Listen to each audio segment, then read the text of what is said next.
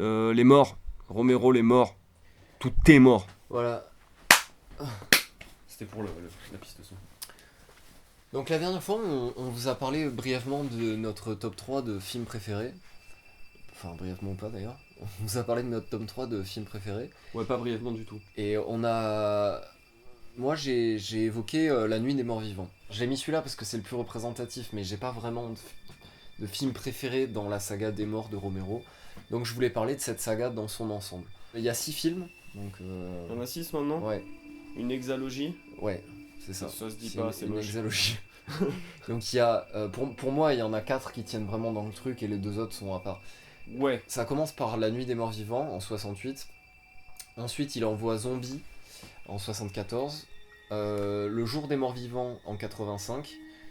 Le Territoire des Morts, je crois qu'il est sorti en 2009, si je ne m'abuse. Land of the Dead. Ouais, Land of the Dead. Alors je vais essayer de montrer en quoi cette saga, c'est du grand cinéma. C'est un cinéma qui transcende son genre, qui transcende sa catégorie de film, pour toucher à quelque chose de cinématographiquement assez dingue. Parce que c'est pas juste du gore, c'est pas juste du zombie pour faire du zombie. Ce qu'il y a derrière la technique. The normal question, the first question is always, are these cannibals? No, they are not cannibals. Cannibalism in the true sense of the word implies an interspecies activity. These creatures cannot be considered human. They prey on humans. They do not prey on each other. That's the difference. They attack and they feed only on warm human flesh.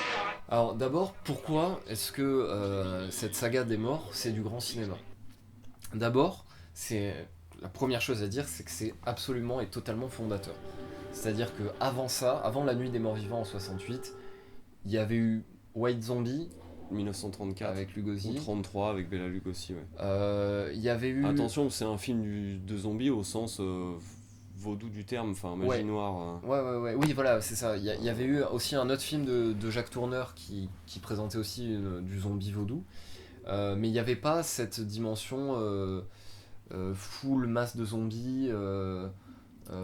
Tu vois, c'était toujours un zombie. Bon, il y a un Apocalypse zombie, quoi. Voilà, comme il y a une momie, un vampire, bon bah. Ouais, Romero invente Ouais, l'apocalypse voilà. zombie en fait. D'abord, c'est fondateur. Ensuite, deuxièmement, c'est un cinéma qui est transgressif. Et ça, c'est ce qui a beaucoup contribué à faire son succès et sa popularité. C'est-à-dire qu'en 68, on sort du code Hays aux États-Unis, qui était un code de censure que les producteurs se sont imposés eux-mêmes. C'est-à-dire qu'en France, c'est l'État qui censure. Aux Ouais. États-Unis, comme les mecs savaient que dans certains États, leurs films ne seraient pas vus, ils se sont eux-mêmes dotés d'un code de censure Pour classifier leur pour film. classifier leurs films et être sûr que leurs films soient diffusables partout. Donc ça s'appelait le code Hays, qui interdisait de montrer des seins, de montrer trop de violence. Bon, Ouais, le voilà. cinéma classique quoi. En 67, ça se termine, et en 68, Romero sort un film, j'en ai déjà parlé dans le top 3, mais Romero sort un film qui présente du nu, du matricide, du cannibalisme, Des morts, des cadavres. Voilà, La Nuit des Morts Vivants, premier. On peut peut-être me sortir un autre exemple, mais a priori, un des premiers films à avoir un noir comme, non seulement dans le film, mais comme personnage principal. Ouais, comme personnage c'est le principal, héros. ouais. Quand il se tourne Zombie Dawn of the Dead, en fait c'est Dawn of the Dead aux États-Unis et la version européenne a été remontée et rééditée par Dario Argento qui en a fait Zombie. Zombie, c'est une version remontée par Dario Argento. Ouais, réédité. Genre, De je Dawn sais pas of the ce- Dead. Je sais pas ce qu'il a fait dessus exactement, mais. Donc la sortie européenne aurait été retouchée par Argento. Ouais.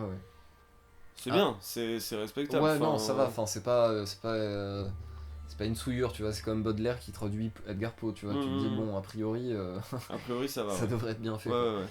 Donc. C'est cool. Dans Dawn of the Dead, pareil, niveau transgressif, dingue. Genre, les mecs, dès le début du film, ça commence avec des militaires qui arrivent complètement furieux dans des appartements ou dans des immeubles où les mecs conservent les zombies, parce qu'ils en sont pas encore à avoir compris qu'il fallait vite s'en débarrasser. Ouais, les familles gardent les zombies. Et les mecs arrivent, débarquent dans les caves, massacrent tout le monde, traumatisme pour tout le C'est monde. un raid. C'est la violence pure. Voilà, je reviendrai plus tard sur les messages véhiculés par tout ça, mais ça en soi c'est transgressif déjà.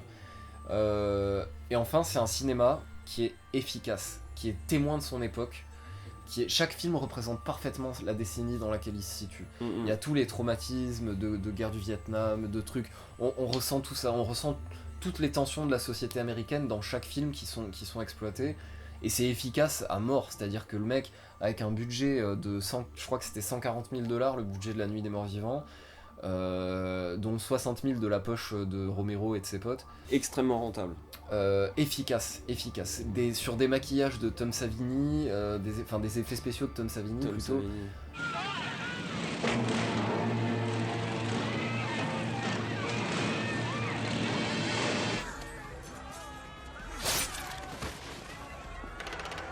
Dans Le Jour des Morts Vivants, il est au sommet de son art. Il y a des scènes de tripes qui tombent, d'éviscération. Il y a cette scène mythique où le mec se fait Arracher la tête. arracher la tête et Il hurle en même temps. Il hurle, mais comme les mecs lui arrachent la tête, ses cordes vocales se tendent et son cri devient de plus en plus aigu. Jusqu'à se rompre. Et ce moment Comme ça, c'est hallucinant, furieux. Avec ce mec, j'ai plus le nom de l'acteur, merde. Mais ce mec qui joue le méchant dans Le Jour des Morts Vivants et qui... Ouais, mais c'est une grosse scène de tripaille, hein. C'est une scène de tripaille Au de top. ouf, avec de la bidoche Donc et depuis tout à l'heure j'en parle mais je les ai pas montrés tout. Ça alors que je les ai. défonce. Ah ouais. La Nuit des Morts Vivants, bon, j'ai une des éditions, comme c'est un film libre de droit. Alors pourquoi libre de C'est droit? un film qui est gratuit, c'est-à-dire que tout le monde peut en faire ce qu'il veut. Tu peux le le vendre. modifier, tu peux le remonter, tu peux l'intégrer dans tes films. Pourquoi Parce que en fait, quand ils l'ont diffusé, ils ont simplement oublié dans le remontage qu'ils ont fait du dernier montage, ils ont oublié de mettre le visa. Et Ouais. genre simplement pour ça fait du film un truc. Ça a libre de invalidé le visa du C'est film. même plus libre de droit, il est dans le domaine public ce film. Ouais. Il est à vous, il est à nous, il est à tout le monde. Donc Zombie et le Jour des Morts Vivants qui est magnifique, dans l'intérieur duquel j'ai eu droit à des petits artworks là et tout. Des petits artworks cool découpés dans des magazines et tout. Et ouais, découpés dans un... Découpés dans un télé 7 jours, un truc de merde.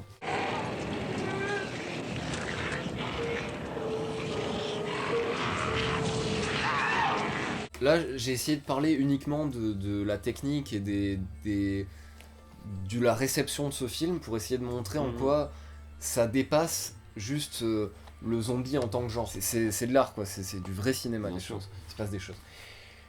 Ça, c'est la première chose. Mais deuxièmement, Romero se contente pas de faire du grand cinéma. En plus, il s'en sert pour véhiculer des messages, pour véhiculer une vision de l'Amérique. D'abord, il faut comprendre que le thème du zombie, c'est pas juste une excuse pour mettre du gore. C'est l'inverse. C'est le gore va permettre au film de se tenir jusqu'à pouvoir vous présenter des messages. Romero lui-même en interview parle de la carte zombie. Il dit régulièrement, ouais voilà, pour Diary of the Dead, donc parce que ouais j'ai cité les 4 premiers, mais après il y a Diary of the Dead en 5ème et Survival of the Dead en 6ème. Ouais. Pour Diary of the Dead, il dit clairement, je voulais parler du rapport qu'ont les Américains à l'information, à la génération YouTube. Ouais, ça parle des médias, tout ça. J'ai mis des zombies dans mon film pour pouvoir en parler, pour avoir un budget pour produire mon film. Les producteurs savent que il met des zombies, il a sa thune et après il passe ses messages. Le zombie, pour Romero, c'est un laboratoire psychosocial, c'est-à-dire psychosociologique. C'est-à-dire que... Il s'en sert pour faire ressortir toutes les choses de la psyché humaine qui sortent pas normalement. Il vous montre comment la société s'effondre, et une fois qu'elle est effondrée, il vous montre à la fois les tensions qui peuvent exister dans un groupe, comme dans La Nuit des Morts Vivants, les tensions autour de l'arme, autour des femmes, tout, on en revient à des notions primales d'établissement de la société, de survie. Donc on voit l'homme dans son animalité, et en plus, une fois qu'on a montré tout ça, on peut montrer comment la société va se reconstruire par-dessus. Donc là, on touche à la sociologie. Et là, c'est toute la thématique de Land of the Dead, où les gens ont appris à vivre avec les zombies. Ils ont appris à s'en protéger en tout tous les quartiers populaires vivent un peu à la merci des zombies, mais un peu avec eux, genre ils jouent avec eux, il y a des combats dans des arènes avec des zombies, des trucs comme ça. Et les riches, donc ça c'est le prolétariat, et les riches vivent dans de hauts buildings, dans des tours fermées, protégés des zombies. Et pendant tout le film, on a cette arrivée des zombies qui cherchent à venir, toujours cette idée de hors-champ qui vient envahir le champ et de pression extérieure. Ces zombies qui sont temporellement liés au reste des films. Oui, que dans chaque film, il y a une vraie progression. Il y a une progression chronologique. Alors il y a deux progressions qui se mènent parallèlement. Il y a une progression d'ordre progression dans l'invasion zombie, c'est-à-dire dans le premier c'est à l'échelle d'une maison, Dans le deuxième, les gens commencent à fuir, c'est le bordel, il y a des bandes de pillards, enfin, ça c'est fait le début de l'anarchie. Ça a commencé. Dans le troisième, il reste plus qu'une base avec des militaires et des scientifiques, et il y a tous ces conflits de pouvoir entre militaires et scientifiques, entre ceux qui essaient de trouver un vaccin ou d'apprendre à vivre avec les zombies et les militaires. Et dans le quatrième, c'est carrément là, la société s'est reconstruite. En plus de cette progression de l'invasion, il y a une progression dans l'intelligence du zombie. On passe d'un zombie complètement con dans le premier, à des zombies qui ont des réflexes d'humains dans le deuxième, qui vont toujours dans les centres commerciaux faire du lèche-vitrine parce qu'ils se rappellent de ça. Parce que c'est les endroits où ils allaient quand ils étaient... Parce qu'il y a une métaphore du consommateur et de la société de consommation. Dans le troisième, il y a carrément un zombie qui lui a complètement des réflexes d'humain, il se souvient encore comment décrocher un téléphone, c'est un ancien militaire, il arrive à faire ce geste, c'est hystérique, il arrive à tirer avec un flingue, sans spoil, mais si avec. Avec des gros morceaux de spoil. Et dans le 4, il y a carrément là les zombies, enfin, ils sont pas intelligents, mais il y a vraiment des phases où tu sens que les mecs, ils ont un moment de réflexion, genre il y en a un qui saisit une arme par terre, qui arrive à tirer avec. Il y a vraiment. Ils recommencent à prendre conscience de certaines actions et ils utilisent des armes et des objets comme armes. Tout ça, c'est vraiment les moyens d'action qui permettent à Romero d'établir une chronologie dans ses films et une vraie critique de la société américaine, des sociétés humaines en général, à l'échelle de ses films. Maintenant, pour parler des critiques qu'il fait en elle-même, il y en a plein. À chaque film, je l'ai un peu dit. Il y a le consumérisme, il y a le patriarcat avec la place de la femme dans La Nuit des Morts Vivants et dans Le Jour des Morts Vivants. I just told you I was willing to kill you if you didn't get back in your chair. Et dans Zombie d'ailleurs, s'il y a cette femme enceinte qui fait jamais rien, qui voudrait être consultée mais à qui on demande pas trop son avis. Somebody's got to survive. You be upstairs at 9 o'clock and don't make me come looking for you. Il y a le racisme dans La Nuit des Morts Vivants, avec ces tensions entre le blanc et le noir, ces scènes qui rappellent le lynchage à la fin, ces photos, on en a parlé dans le top 3.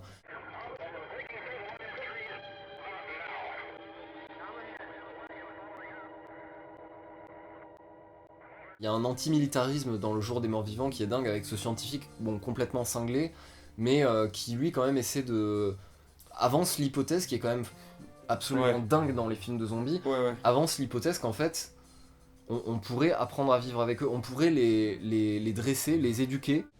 They have to be rewarded, Captain. Why else will they do what we want them to do? I don't want them to do anything but drop over.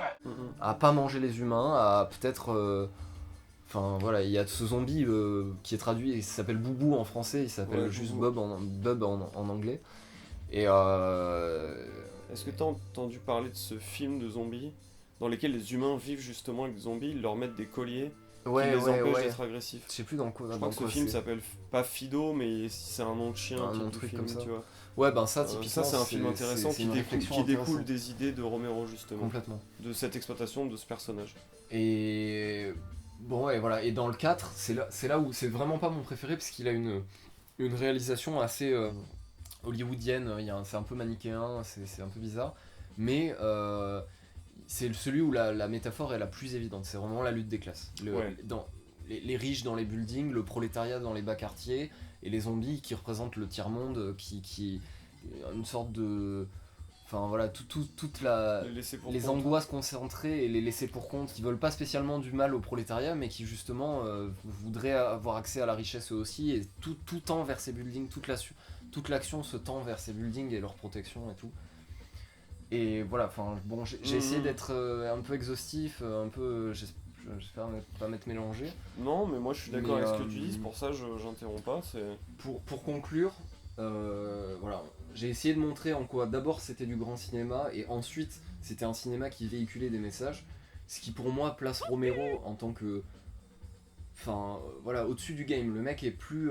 c'est plus du film de zombies, voilà, oubliez les zombies dans les films de Romero, c'est pour le plaisir des yeux. C'est pour le plaisir de voir Tom Savini faire des trucs. Le zombie c'est la matière. Voilà, Ce qui compte derrière c'est que le mec il a les outils pour la sculpter. Tu vois. Sa démarche se rapproche de celle du naturalisme de Zola. C'est c'est très nihiliste, c'est montrer les pires aspects de notre société. D'une manière qui se veut objective. Objectivement, mais centré sur un truc. C'est-à-dire t'as le réalisme de Balzac qui montre la société et t'as le naturalisme de Zola qui montre les pires aspects de la société. Sans mentir, sans cacher, sans dissimuler. C'est ce que fait Romero, et pour moi c'est ce qui manque à la production zombie d'aujourd'hui, c'est-à-dire que on a soit un truc qui est bête et sans message, bête et méchant, soit un truc vulgaire, qui essaie de mettre de la psychologie sans mettre de sociologie, c'est-à-dire juste des intrigues entre personnages. Pas des caricatures de personnages. Comment se passe l'amour, comment se passe une famille recomposée. Je sais pas si vous avez vu Fear of the Walking Dead, c'est comment vit une famille recomposée dans cette apocalypse dans telle zombie. condition. Bon, c'est embarrassé par l'esthétique, c'est-à-dire tout dans Walking Dead et Fear of the Walking Dead, c'est des trucs qui sont très travaillés, très ciselés, léchés, des plans qui essaient de faire joli et tout. L'apocalypse zombie ne sert que de contexte. Là c'est magnifique, je veux dire, il y a un minimalisme qui est brut et qui en fait pour moi une œuvre. Ces trois-là, je parle surtout parce que vraiment, après ça décroît, mais ces trois films-là, il faut que vous les voyez. Faut les voir, c'est tout. Faut les voir, voilà. Et j'ai beau avoir mis celui-là dans mon top 3 de films d'horreur. Ton préféré, c'est Le Jour des Morts. Je pense que mon préféré, ce serait quand même Le Jour des Morts Vivants. C'est mon préféré aussi. Parce que, j'ai vu les 5 premiers, c'est mon préféré. Il y a même pas tant de massacres zombies que ça. Il y a une explosion finale qui est dingue, mais le film fait réfléchir, le film met mal à l'aise. C'est des films qui, voilà, c'est de la balle.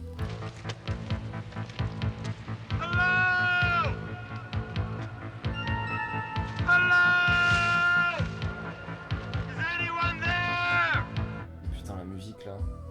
Oh là là là. Reprise, il y a une reprise du début du Jour des Morts Vivants par Gorillaz aussi qui est excellente, qui commence par ce sample Is there anybody here, un truc comme ça où il cherche. Hello. Génialissime morceau. Dingue. Ces musiques d'ambiance qui mettent mal à l'aise. C'est du Goblin là qu'on écoute, parce qu'il y a du Goblin dans les films de Romero. Comme dans les films de Dario Argento, il y a très souvent du Goblin, et là il y a du Goblin dans... C'est peut-être ça qui a remonté à Argento d'ailleurs. Ouais. Le Goblin dans Zombie. C'est écrit musique The Goblin en collaboration avec Dario Argento. Goblin, ça défonce les mecs, hein. Écoutez Goblin, c'est... Ouais. Regardez du Argento, regardez du Romero, écoutez Goblin, vous allez exploser. Sinon... Le top du game. Ouais, conclue vite, dis juste, c'est de la patate. C'est de la patate. Ouais, non, c'est Matt, achète.